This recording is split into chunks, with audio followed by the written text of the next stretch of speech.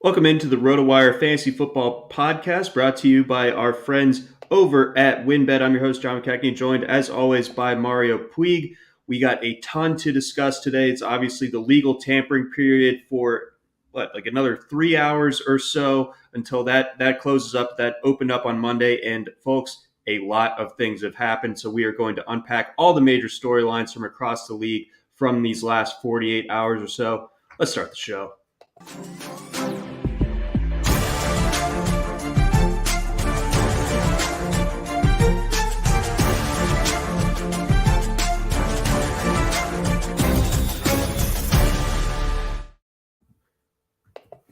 Welcome back in, RotoWire Fantasy Football Podcast. John McKechnie joined, as always, by Mario Puig. So since we last talked last Wednesday, obviously a ton has gone on. We were doing a Combine recap edition a week ago. Now we're looking ahead to the established players and where a lot of them are heading next. So obviously there's been a lot of agreements put in place over the last couple of days, but I want to start things off with something that's a little bit more up in the air. Obviously, Deshaun Watson has kind of re-entered the discourse, and in a year where, a couple of big name quarterbacks are stepping away. Well, maybe just one at this point with Tom Brady announcing to unretire.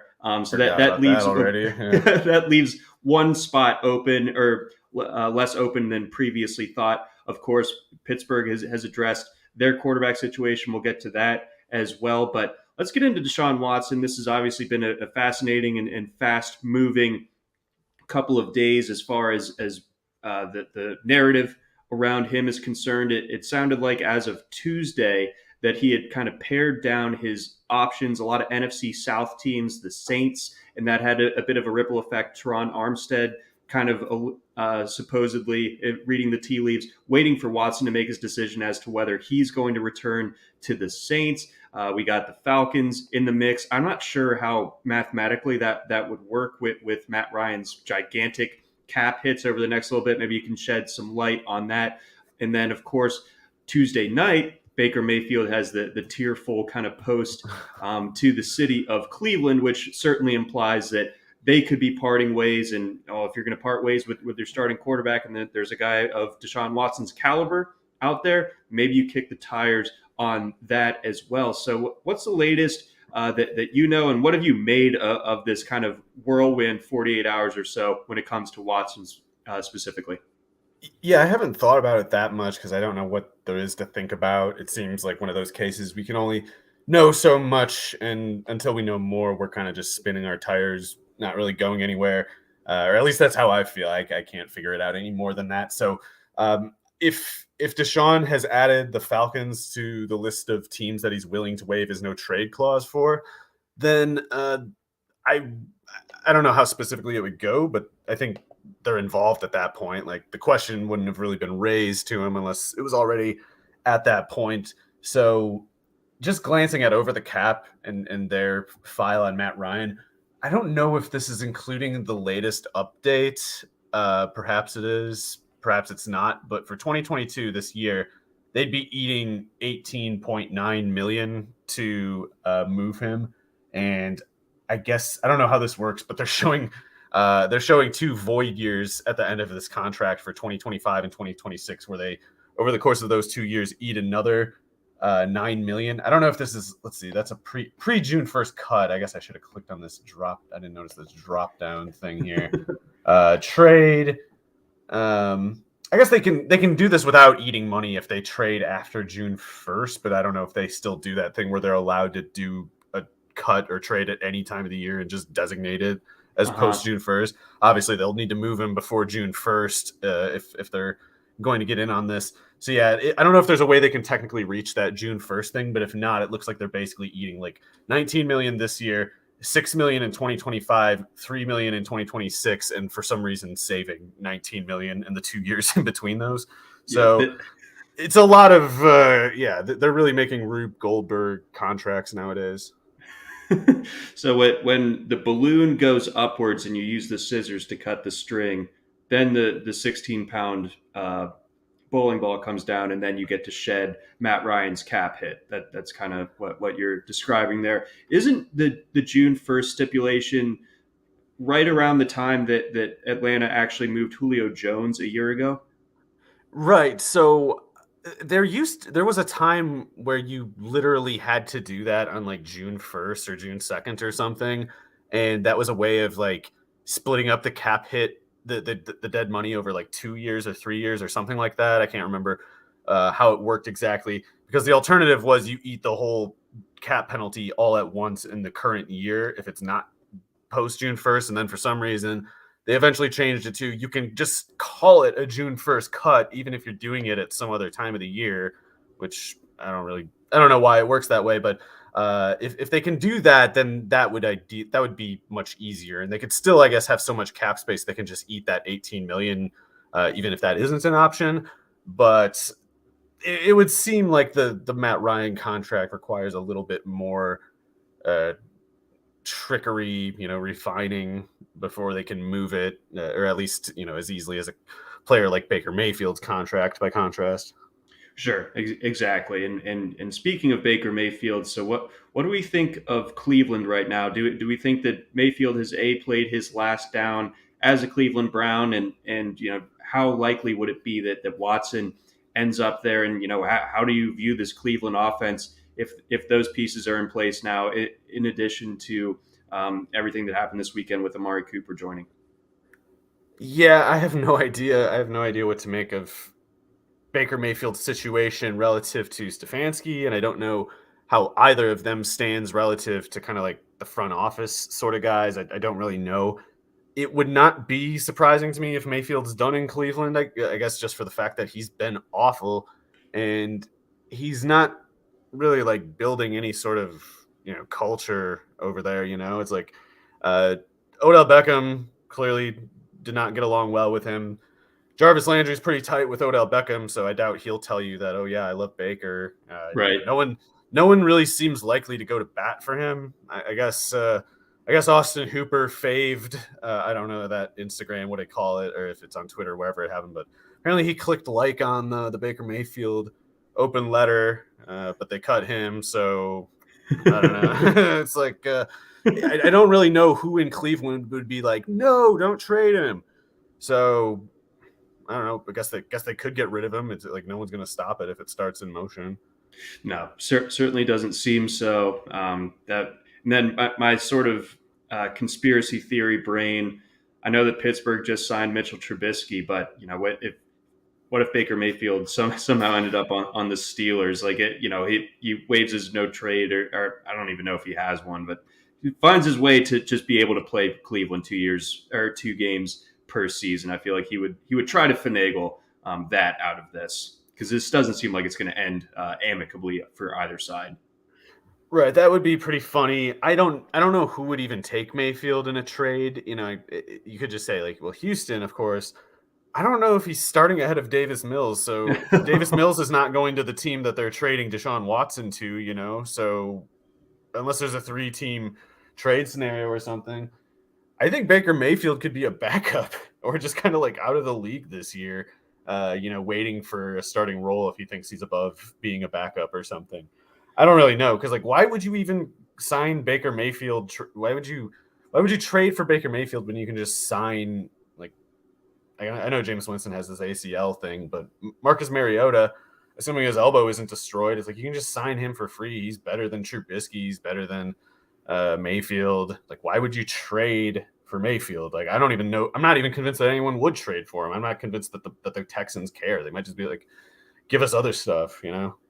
It's amazing to think, how quickly things change. Like this week, 3 years ago, is when the Browns made the blockbuster deal to acquire Odell Beckham, and the kind of general sense after Mayfield, was relatively impressive as a rookie, was that this Browns team is about to take off. The first year, Yeah. it kind of flops. Obviously, 2020, they did well for themselves, made it to the second round of the postseason, and got a road win in Pittsburgh along the way. And then this year fizzles out again. I think that, they had a lot of injuries, but things were obviously really clunky there in Cleveland, especially relative to expectations coming into the year. It's just amazing to me how quickly that this stuff can change. And, obviously Odell Beckham now recovering from his ACL tear that he suffered in the Super Bowl that he ended up winning, just a couple months ago.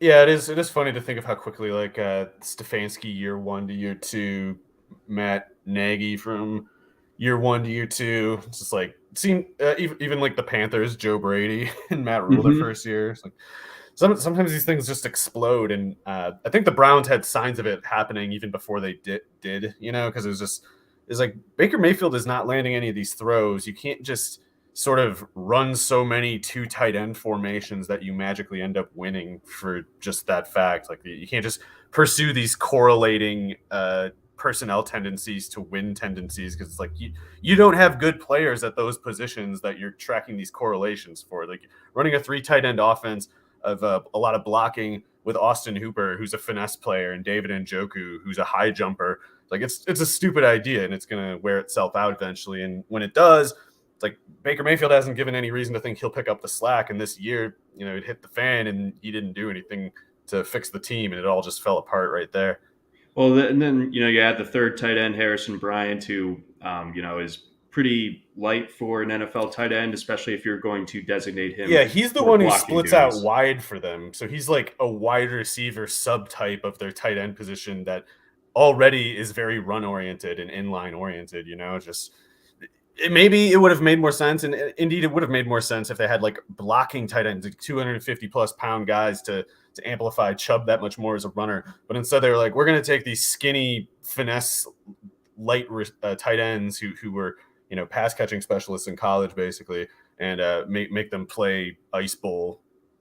Yeah, good idea. Obviously, worked out extremely well. I believe they make Austin Hooper the highest paid tight end in football when they got him He in was free like agency a couple years second ago. at the time or something like Okay. that, and after a couple extensions I think he was down to like 5. But yeah, he was way up there. And I know I was talking to some people who were like, that's not Stefanski's fault, that's the GM's fault. It's like, you don't think Stefanski's talking to the GM? You think if Stefanski had said to the GM, I don't think we should sign Hooper to that contract, that the GM still does it? Like that's not how coaches get hired. That's not like the working relationships they have with the front offices. So Stefanski, I think, kind of looks a little silly for it, but admittedly, he could have made the situation worse than it was. Like he at least got them playing and stuff, but the broader vision was always kind of silly, I think. Yeah, I think so as well. Speaking of, or no, we'll go down this route. So, we were just talking about how Cleveland made all the splashy moves in the offseason a couple of years ago, and it didn't pan out. Every single year, there seems to be a team that endeavors to match that, or kind of snatch the offseason trophy, as it were. The Washington football team, the Washington Commanders, used to be the kings of that. The Albert Hainsworth, Adam Archuleta years, but this year Jacksonville really kind of blew the lid off of things on Monday. A lot of outrage for the Christian Kirk contract, and then they obviously spent a ton of money elsewhere. I believe they acquired Brandon Scherf, a couple other guys, a lot of big signings. So I think one of the better lines I saw on Twitter regarding the Jaguars is the Jaguars are going out there and getting a bunch of guys who were not on last year's Jaguars team, and that alone is not a bad strategy. And I tend to agree with that. Yeah, I mean, I was concerned that players just wouldn't even really be willing to sign with the Jaguars, and especially not at fair market rates because of Trent Baalke, and he's just on bad terms with a bunch of agents, including apparently like the biggest agency. So that when you're already an undesirable team to play for because you suck, and additionally you are dislikable, like you don't need to add that third concern of I don't know, just like not having up to 60% of the free agent pool totally unwilling to answer the phone when you Oh, call. is Like it? that So that is he can't on bad oh, terms sorry, with what? Rosenhaus? No, I was maybe like Sexton, I don't know. Okay. But it's not going to help your negotiating position at the very least. Like Christian Kirk answers the phone. It's like, hey, Trent, you'll notice that I answered this call. So the rate just went up. Whatever you thought it was, it's a little higher than that. That's basically how the best case scenario looked. And so to me, this is the best case scenario. Like I was worried that they wouldn't even be able to sign. I thought they might have to pay someone like Valdez Scantling like $18 million a year to sign there. And he's a fine player or whatever, but he's a part-time player, whereas Christian Kirk is a 3-down player. And if they put him in the slot anyway, Christian Kirk will easily pay off this deal, in my opinion. And especially when you get past like the agent reported numbers of the 4 years, 84 million, that basically just turned out to not really be true. You can bet the agent is who was the source on that one, because you click on the over the cap. I don't know where they get these official documents or whatever. They got them pretty quick over there. And over the cap, you go to the profiles of Christian Kirk and Zay Jones. It's not 4 years, 84 million for Christian Kirk. It's more like 16.5 million per year over 3 years. And the Zay Jones one is like 7.085 million per year over 2 years, not 3 years, 30 million or whatever people were saying. So the numbers are not even bad in that sense. I don't know much about this Connecticut and the Jets defensive tackle. Is that the name like Folo Run Samu or whatever? I don't know how to say his name. He's actually a pretty athletic guy. He's played a bunch of snaps for the Jets, so maybe that one's okay. But making a signing like that Atlanta linebacker and then cutting Miles Jack seemed a little weird to me, because it's like Oluokun is basically just kind of like FCS, less athletic, skinnier version of Miles Jack. So I don't know. Maybe those signings work out okay. They certainly seem a little aggressive or desperate to jump in that fast to comprise so much of the broad volume of free agent agreements. It's like the Jags have like 40% of all the signings right now, it feels like, as one team. So they're being a little reckless, and this is not getting Trent Baalke any sort of goodwill, in my opinion. It's like what they're doing is kind of the bare minimum, and they should be in a better position than it already is. So I'm definitely not saying Baalke's doing a good job, but I did think it would go worse somehow than this. So is it a function of them having a ton of cap space to work with, coupled with the fact that maybe this free agent class relative to some other years maybe lacking a little bit of that like high end top tier? I don't know. I mean, I guess I don't know off the top of my head what the offensive line situation is like. Like Scherf, for all I know, could be the best one. I didn't look at them very closely. I don't consider Allen Robinson more worthwhile than Christian Kirk. So like I do think they screwed up passing on DJ Chark, letting him go to the Lions. I guess there's not so much to say with him in the Lions. Like he's going to be a decoy. Jared Goff can barely throw to the intermediate, and Chark can run to the intermediate, but Chark is clearly their most qualified downfield guy. So he's going to more so help Amon-Ra St. Brown, I would say, or at least he would sooner help him than hurt him. It's a good signing for the Lions, but it's bad for Chark because he's just going to be doing a lot of distance running for not many targets and even fewer catchable targets. But he would have been great in Jacksonville. Way to stay in shape.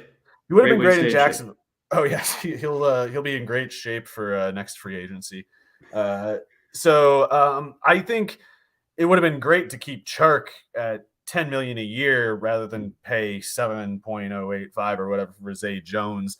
In that sense, like the Jaguars are actually kind of being a little bit stingy despite spending so much. It's like they could have spent all this without, also cutting Miles Jack and letting Chark walk.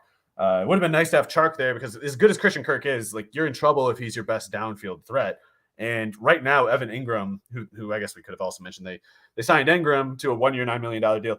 I actually like that one too, if they use him a certain way. If you have Kirk in the slot, and if you have Evan Ingram playing mostly in line on the other side, but ideally a good amount in the slot as well, or at least being lined up as like the second tight end on the outermost part opposite Kirk in the slot, that's still pretty tough for two safeties and those linebackers to deal with. Like Ingram running a 4.42 at 236 pounds or whatever.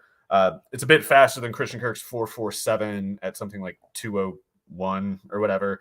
So that's at once nothing close to DJ Chark and his boundary, like downfield sideline speed. But that is a lot of speed in the middle of the field and against safeties and against linebackers. So particularly if they could put those two there, I think the Jaguars offense might be okay. But it would have been much better yet to have Chark out there instead of Zay Jones, because Zay Jones, if he's good, he's not running more than like 10 yards per route for you. Like he can't really be a downfield guy. He just doesn't really have that sort of presence. So if they run Kirk and Ingram and Zay Jones all in that same like 8-yard depth, then they're crowding the field on themselves, and that's not going to work either. So there's definitely ways it could go badly yet, but if they are not completely stupid, they could also, I think, make some of these criticisms seem a little hysterical in hindsight. So looking at this Jaguars, skill position group, and I'll start with the tight ends. What do you think of Doug Peterson's experience and what he's shown to be as an NFL coach and his usage of tight ends when you have, again, a guy in Evan Ingram that you just signed in free agency made a priority. You traded for Dan Arnold a year ago, and I believe you drafted Luke Farrell just a year ago as well. So that's a lot kind of tied up into the tight end position there. And you also, again, like you said, have Christian Kirk and Zay Jones, the new additions. Chark is gone.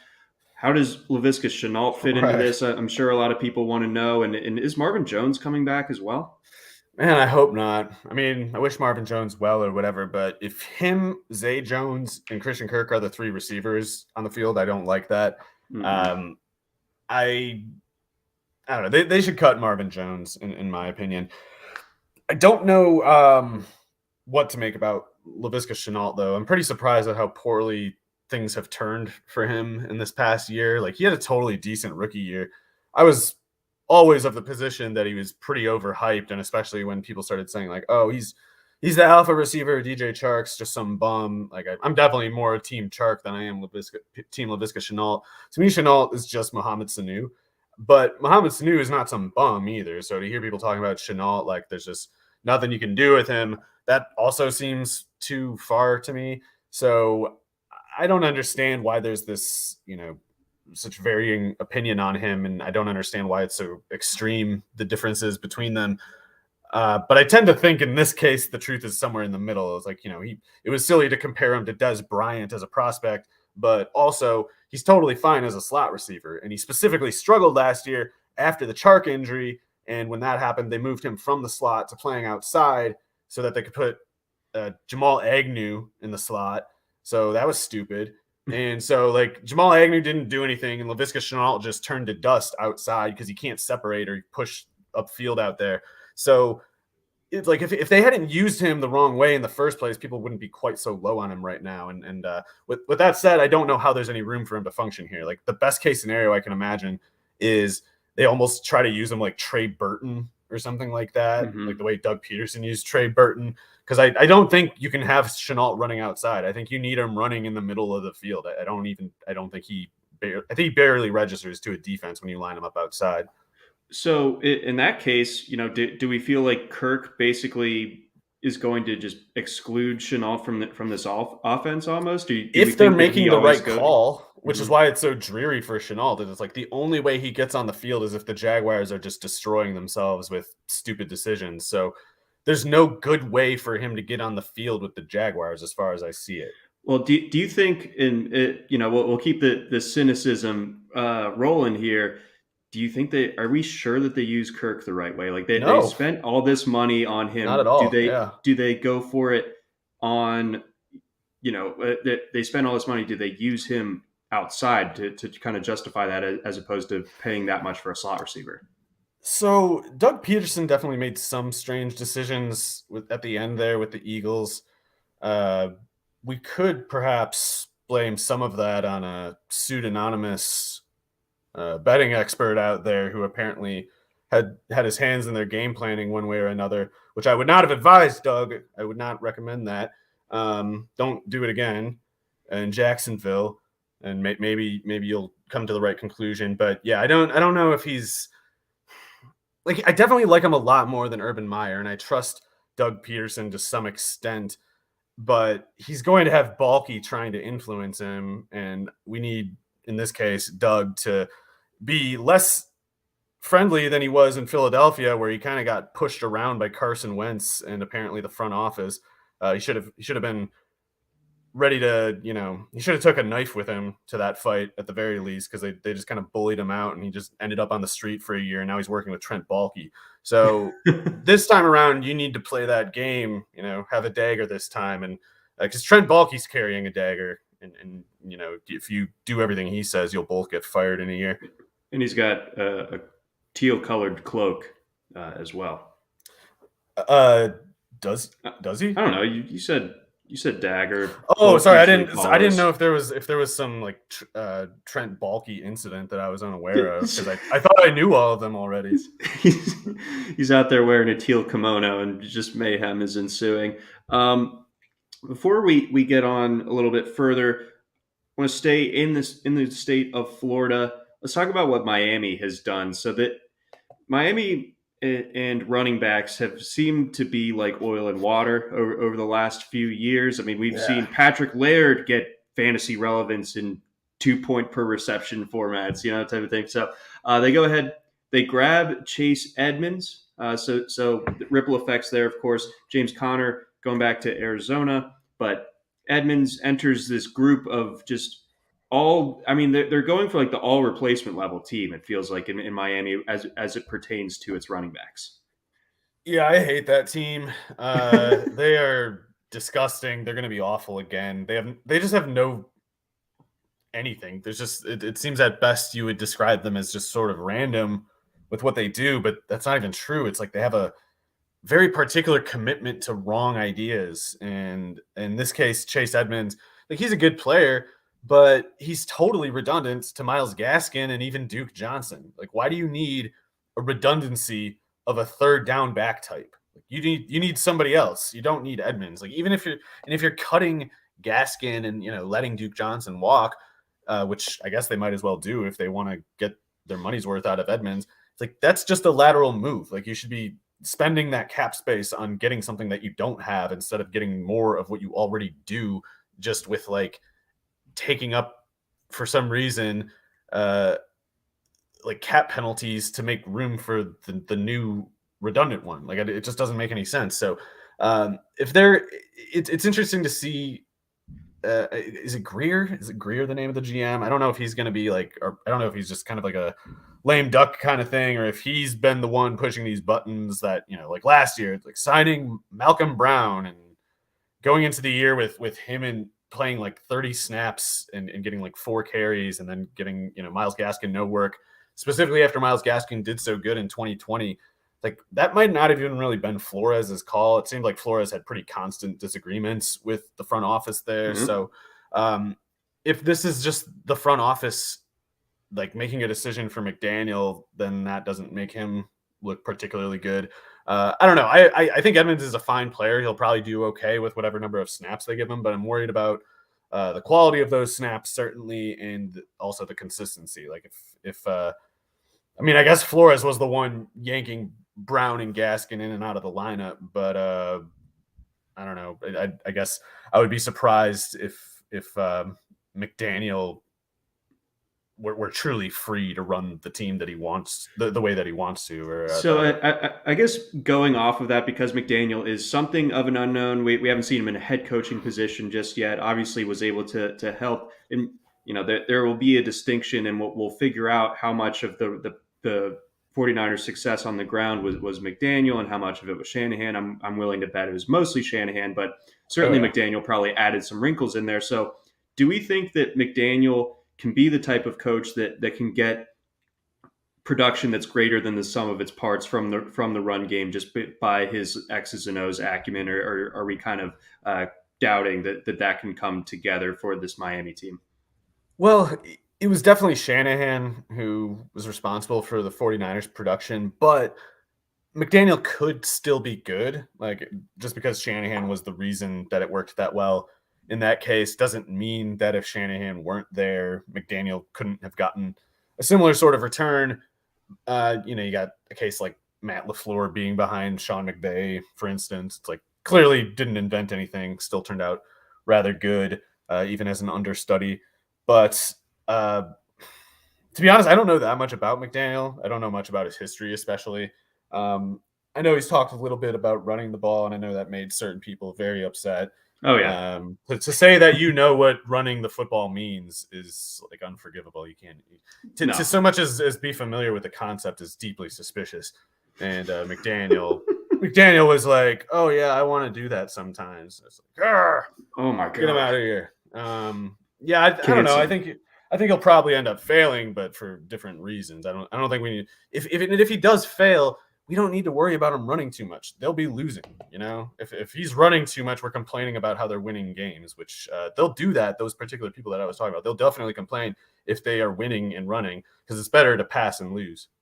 Right, of course, and when you have someone like Tua who hasn't looked awesome thus far, maybe running the ball is a good idea. Are you allowed to say how do I that? skip I'm not that? sure. How did I skip that part? Tua, by the way, it sounds real bad, man. Like it sounds like people who are close to the team or were recently close to the team are going around telling anyone who listens, just like, he can't play, he can't do anything. It's no He's not good. it, Chief.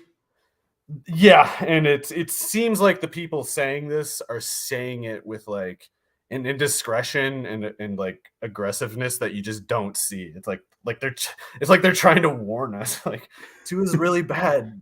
Run for your life. Yeah, look out. Oh, Yeah. man. So, yeah, maybe running the ball is a good idea. Hopefully that doesn't get, you're saying that doesn't get us like blacklisted from Twitter or something. We'll have to see. A little bit of breaking news, Mario, that we just ran into.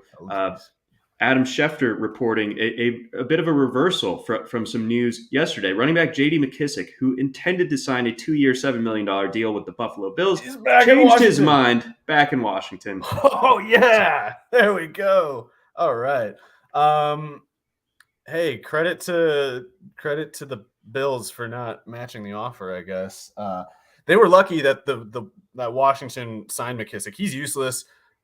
If you have a use for him, your team is losing and you suck. So to me, that's just a categorically useless player. Like, I'm taking a developmental player if I'm in that scenario. I'm not just being make work for the nearest guy who knows how to do a blitz pickup or whatever. I mean, J.D. McKissic is a running back who will catch you about 80% of his targets for 5.4 yards per target.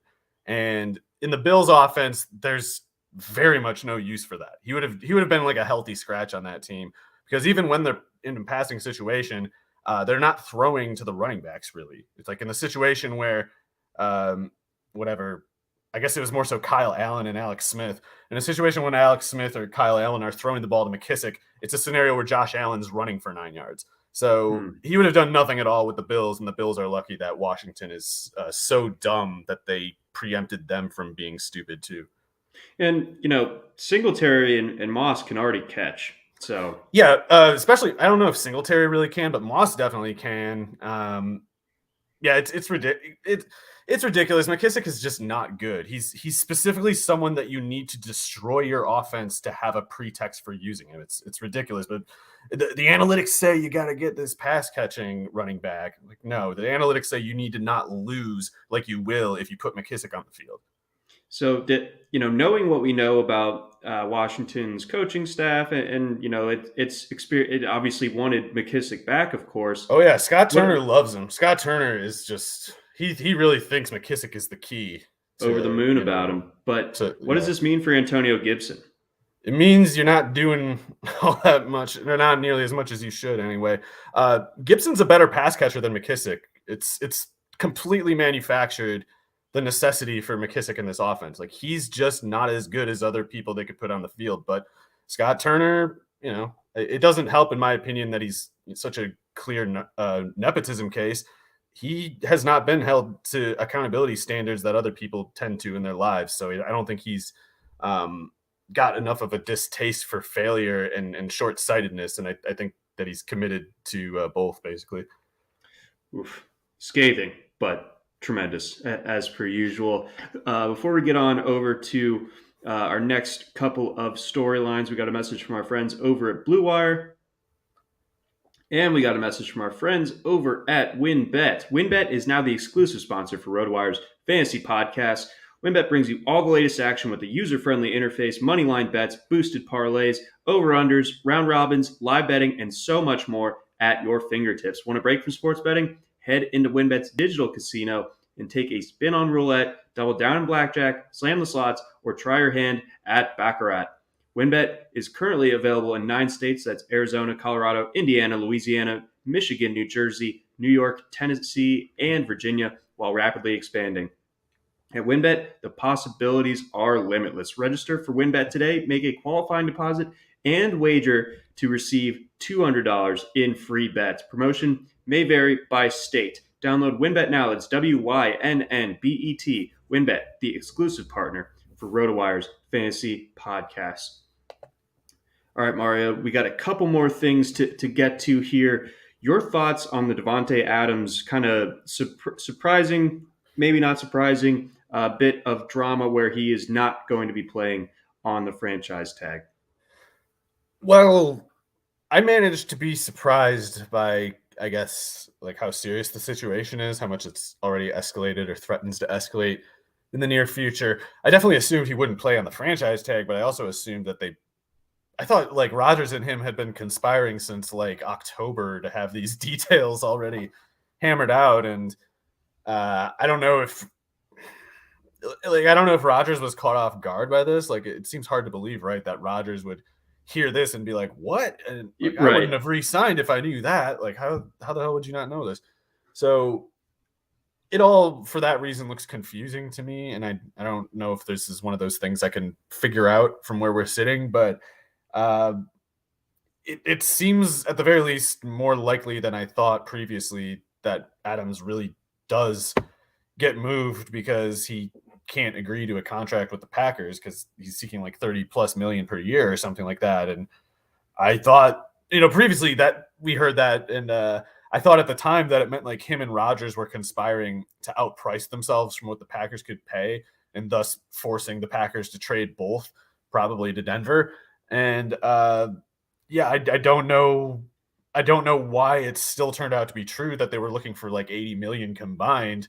But this time with Rodgers seemingly not carrying out that demand of being on the same team as Adams, and we thought it would be the vice versa too. So if Adams is willing to go to another team, then he's clearly nixed at least the vice versa part of that. And maybe, it's just kind of, maybe both of them nixed it. Maybe they actually did mean it was the last dance between the two of them, even if Rodgers stayed in Green Bay or whatever. I don't know.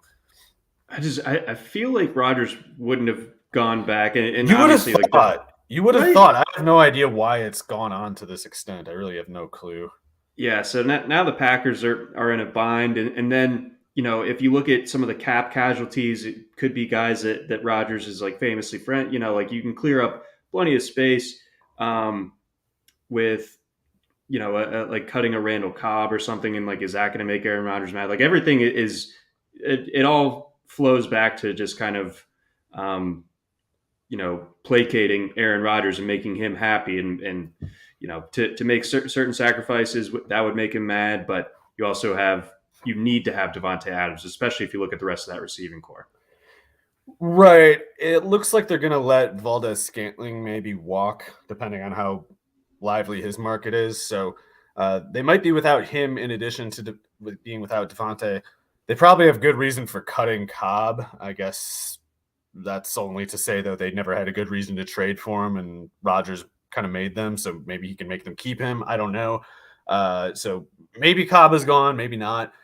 If they don't get some speed, though, and they're stuck with Lazard outside, Cobb in the slot, then, yeah, that could get a little bit cramped on Rodgers. We might see him revert to 3 years ago or whenever it was when he kind of had like 7 yards per pass or whatever it was.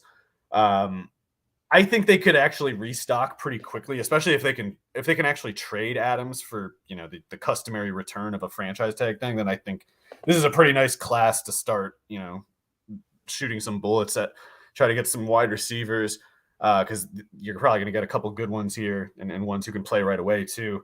So I think the Packers can still be good even if they don't have Adams, but like it requires a sort of urgency to address the situation that they can't even show right now. And it gets, because like they have to just kind of like reach a conclusion with Adams right now to address the possibility of him leaving. Like if they find out in late April, oh, we really can't re-sign him now, we really have to trade him or whatever, then they missed on Allen Robinson, whatever, Will Fuller, all the free agents there still are not going to be available at that point.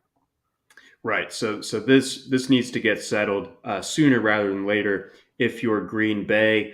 Looking around just elsewhere, any teams that you feel like have done particularly well for themselves thus far in free agency, and any other teams that you're surprised by maybe their lack of inactivity so far? I thought Moelle Cox resigning for $18 million on 3 years for the Colts was a pretty good re-signing. I saw that people were kind of criticizing Ballard for not doing anything else, but I don't know what else they're supposed to do. They're kind of in their position, and getting Moelle Cox, in my opinion, was a good move. Sometimes there's just not much else to do. I think the Cowboys are rapidly deteriorating. I mean, there's that Cooper trade from last weekend, and not that re-signing Cedric Wilson would have been some sort of slam dunk assurance that they'll be good still, but losing Cedric Wilson to the Dolphins, Gallup having a week 16 ACL tear, trying to come back from that, keeping Dalton Schultz, but losing Cooper and losing Wilson, I think is pretty bad because Dalton Schultz can only run about 9 yards downfield, if that, and can't block. Can't really hold up in traffic that well because he's skinny and he has short arms.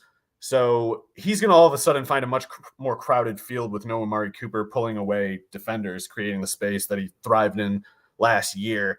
And I kind of worry about the whole offense falling apart. They might have to get rid of La'el Collins. Their cap situation is all screwed up for a lot of reasons. It's not just, a lot of people like to say it's just the Ezekiel Elliott contract. Zeke's contract is not big enough to explain the level of dysfunction with Dallas's cap situation. So they're going to end up a lot worse going into next year with year 2 of McCarthy. And I think we know how this ends. I think so as well. It was funny on Monday when like 10 different NFL news sources all tweeted the same thing about DeMarcus Lawrence's contract or something. It all had the same exact language, like the first NFL defensive end to wear number 90 to have his money guaranteed for 7 years in a row. Yeah, so that was pretty awesome. What I want to do next time, if I'm that source, that agent or whatever who sent it to those 3 people at the same time, I'm next time sending a screen capture that says, so they can't copy and paste it. So then they all have to type it as fast as they can. And we'll see like a couple of funny typos and like Tom Pelissero's that Schefter didn't have. And you can see like, Tom's the faster typer, but Adam's accuracy is better. Like the Dark Knight with the pool cue. We're going to have tryouts. One of them, there's going to be like the 3 of them are going to tweet out wrong first drafts and then delete them at the same time. And everyone's going to be like, what the hell's going on? Did they sign him or not? We could use that, honestly. We could use a little bit of shakeup rather than just 18 tweets with the same exact language, obviously coming from the same place. Anything else that we haven't gotten to yet that you wanted to dive into a little bit before we sign off here, Mario? I guess Russell Gage going to the Buccaneers is kind of interesting, but I don't know what they imagine they're going to do exactly because Gage can only play the slot, and I'm not convinced he's particularly good even there. Like I think defenses are kind of letting him run free and focusing on Kyle Pitts, probably even Cordarrelle more than him. And that's the position that Chris Godwin has always played. Now, like Godwin could play outside probably, but I haven't seen like that specific declaration because if they plan on making Gage play outside and keeping Godwin in the slot, I think that's 10 on 11 at that point. Right. That doesn't seem to make sense to me either. Maybe it's slot insurance to give Godwin some time to get back. Well, he's got to play because they're giving him 10. Gage has to play because they're giving him $10 million a year. So It's like he's going out there somewhere. Well, I mean, aren't they kind of like overstocked on slot receivers to begin with? I mean, they just spent a draft pick on Jalen Darden a year ago, if I remember correctly. Yeah, Tyler Johnson is more of an outside guy, but still, I mean, he's even kind of lacking like the speed to do that. So he might be better as like a big slot himself. But they do have Cyril Grayson, I assume, and he actually looked pretty convincing last year, I thought. So yeah, maybe Cyril Grayson, Chris Godwin, Mike Evans is their starting loadout, and maybe they managed to get Gage 650 slot snaps because they go into trips and they go into 4 wide often enough to do that. Well, yeah, we'll see what happens there. But yeah, certainly I didn't see that one coming for Tampa Bay. And then on the other side, boy, what is on the Falcons as far as receiving talent right now? I'm not sure that there's really any. They kept Olamide Zacchaeus. So I mean, I actually like him more than we love him, but as like your wide receiver 4 or as something. A slot receiver only, and like you don't really want a 5'8" guy playing outside unless he's as fast as Tyreek. So they Kyle Pitts is basically the answer, and I don't know what else because they have some guys on that team that would never be on my 90-man roster, let alone a 53-man roster. You know, like Christian Blake, just a joke. Like get some real NFL players in here at the very least. Like I drafted Frank Darby after he ran like a 4.6, and it's like, oh, he's a downfield threat who plays faster than he times. Like, no, he just looks faster than he is, and he's not going to be any good in the NFL. Yeah, because the Arizona State uniforms make you look fast or something. Yeah. But I mean, does this shape how they address their the top of the draft? Because I also feel like they just simply they can't go with the receiver in the first round. There are too many other massive needs on this Falcons team to where they're taking a receiver with their first pick. But you look at that receiving core now, it's like, oh well, maybe. Yeah, I guess they should try to trade back. Maybe their offensive line was awful for sure. So the thing is, they have Jake Matthews at left tackle. So traditionally, when you're drafting an offensive lineman that high, it's a left tackle. And in this case, they can only get a right tackle. There's still a case for making that pick, I guess, but they also have enough needs, quite pertinently, including wide receiver, that, yeah, maybe they should try to trade back or something and just kind of take anybody at receiver with the extra pick and take an offensive lineman, like the one who falls the furthest or something. Maybe they'll be lucky and it'll be a worst case or something. Right. Yeah, no, that'd be the ideal right now. But either way, the Falcons looking they suck. They're so bad. It's not great. Not great. We'll have to see how they approach this draft, especially in light of how free agency has gone to this point. But that's going to round things out for this edition, the free agency frenzy edition of the RotoWire Fantasy Football Podcast. Again, brought to you by our friends over at WinBet. For Mario Puig, I'm John McKechnie. Thanks for listening. Try RotoWire today, free for 10 days. Get our premium tools, rankings, analysis, and breaking news alerts. No credit card required. Go to rotowire.com